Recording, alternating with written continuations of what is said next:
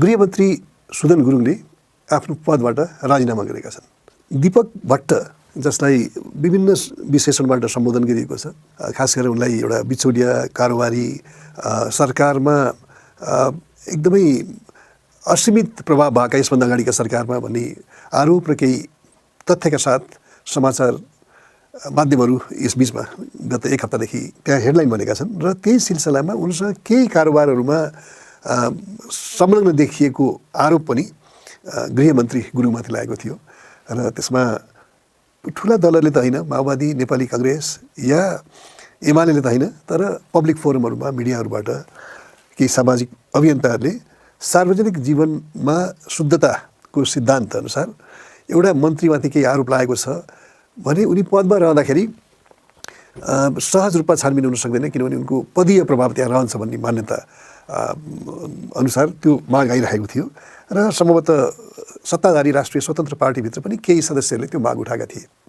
4-5 दिनमा र मन्त्री बनेको 1 महिना पनि नपुग्दै, सायद आज 24-25 दिन भयो होला, नपुग्दै गुरुङले राजीनामा मात्रै दिएका छन्। उनले 2-3टा महत्त्वपूर्ण कुरा गरेका छन्। एउटा, म पदमा बस्दाखेरि कुनै किसिमको सत्ताको प्रभाव छानबिनमा नपरोस्, एउटा उनको कन्फ्लिक्ट अफ इन्ट्रेस्ट नदेखियोस्, पद र व्यापार सँगै जाने अवस्था पनि त्यसलाई अभोइड गर्नको लागि र एउटा निष्पक्ष छानबिनको लागि यसले बाटो प्रशस्त गर्छ भन्ने उनको मान्यता र त्यसमा उनको एउटा चुनौती पनि छ त्यो सञ्चार माध्यम, किनभने यो सेयर कारोबारमा जुन हुन त त्यसको के अर्थ हुन्छ त्यो पछि त्यो अलग्गै विषय हो।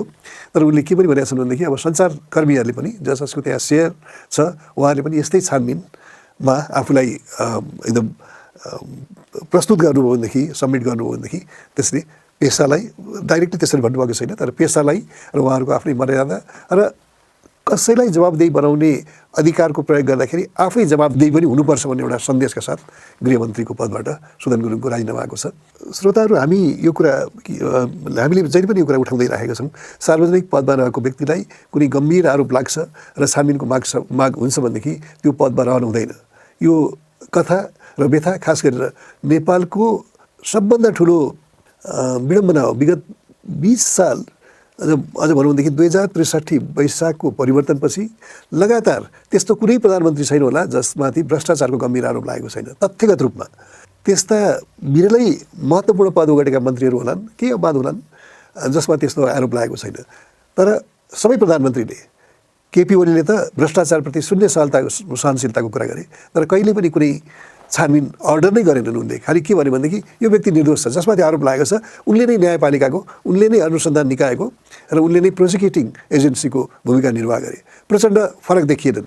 शेरबहादुर देउवा बोल्दै बोलेन त्यसबारेमा, अथवा जस्तो जुन रफ्तारमा र जुन गतिमा भ्रष्टाचारलाई राज्यको र सरकारका उच्चतम तहबाट प्रोटेक्सन या अभिभावकता पाइरहेका थिए, त्यसलाई चुप लागेरै उनले त्यसलाई अनुमोदन गरिराखे।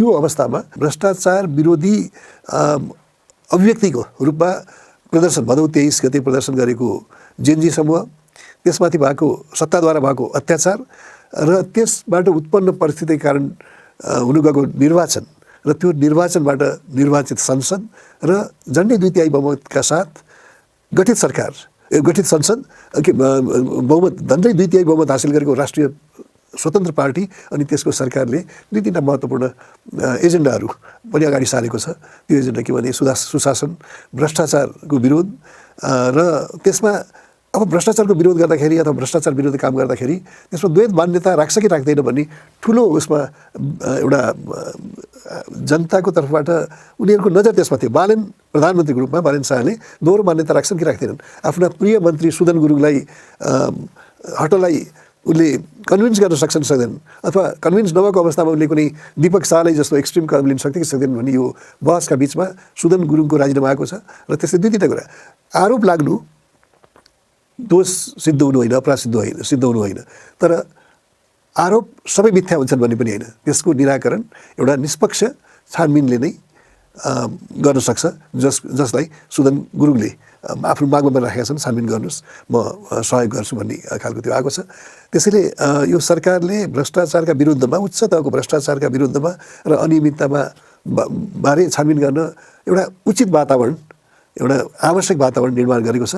त्यो हदसम्म हामी यो कदमलाई स्वागत गर्छौँ र कतिपयले हामीलाई गाली पनि गरे भ्रष्टाचारको विरोध गर्ने भनेर आएको सरकारको एउटा मन्त्री एउटा माथि केही आरोप लाग्दैमा राजीनामा माग्ने तिमीहरू चाहिँ के कुनै न कुनै पोलिटिकल पार्टीसँग शक्तिसँग जोडेर हामीलाई पनि आलोचना गरे। हामी त्यसको जवाब दिन चाहदैनौँ किनभनेदेखि हामीले यस्ता केही तथ्यहरू बाहिर आउँदाखेरि सार्वजनिक जीवनका केही मान्यता हुन्छन्। तर म खालि एक्नोलेज गर्न चाहन्छु सुदन गुरुङले राजीनामा गरेर ती व्यक्तिहरूलाई उनीले साइलेन्स गरिदिएका छन् र हामी आशा गरौँ यो भ्रष्टाचारका मामिलामा खास गरेर उच्चस्तरीय भ्रष्टाचार त्यो पनि आफैभित्रका कुनै व्यक्तिहरूमाथि आरोप लाग्छ भनेदेखि र सरकारले एकै नाचको कदम द्वैत मान्यता नराखिकन गर्छ भने त्यो स्वागत कुरा हो। सार्वजनिक जीवनमा देशको गभर्नेन्स सार्वजनिक जीवनप्रति जनताको विश्वास बढ्न जान्छ र सरकारप्रति पनि र उसको भ्रष्टाचार विरोधी निष्ठा प्रति पनि जनताको विश्वास बढ्न जान्छ। त्यसैले यसलाई हामी स्वागत योग्य कदम नै मान्छौँ र हामी आशा गरौँ यसबारेका छानबिनहरू निष्पक्ष रूपमा अगाडि बढ्नेछन् र हामी यो घटनालाई फेरि अस्ति भने जस्तै हामी नजिकबाट निहालिरहनेछौँ र जसरी यो डेभलप हुन्छ हामी यहाँहरू समक्ष उपस्थित हुनेछौँ। त्यो बेलासम्मको लागि म बिदा चाहन्छु। धन्यवाद, नमस्कार।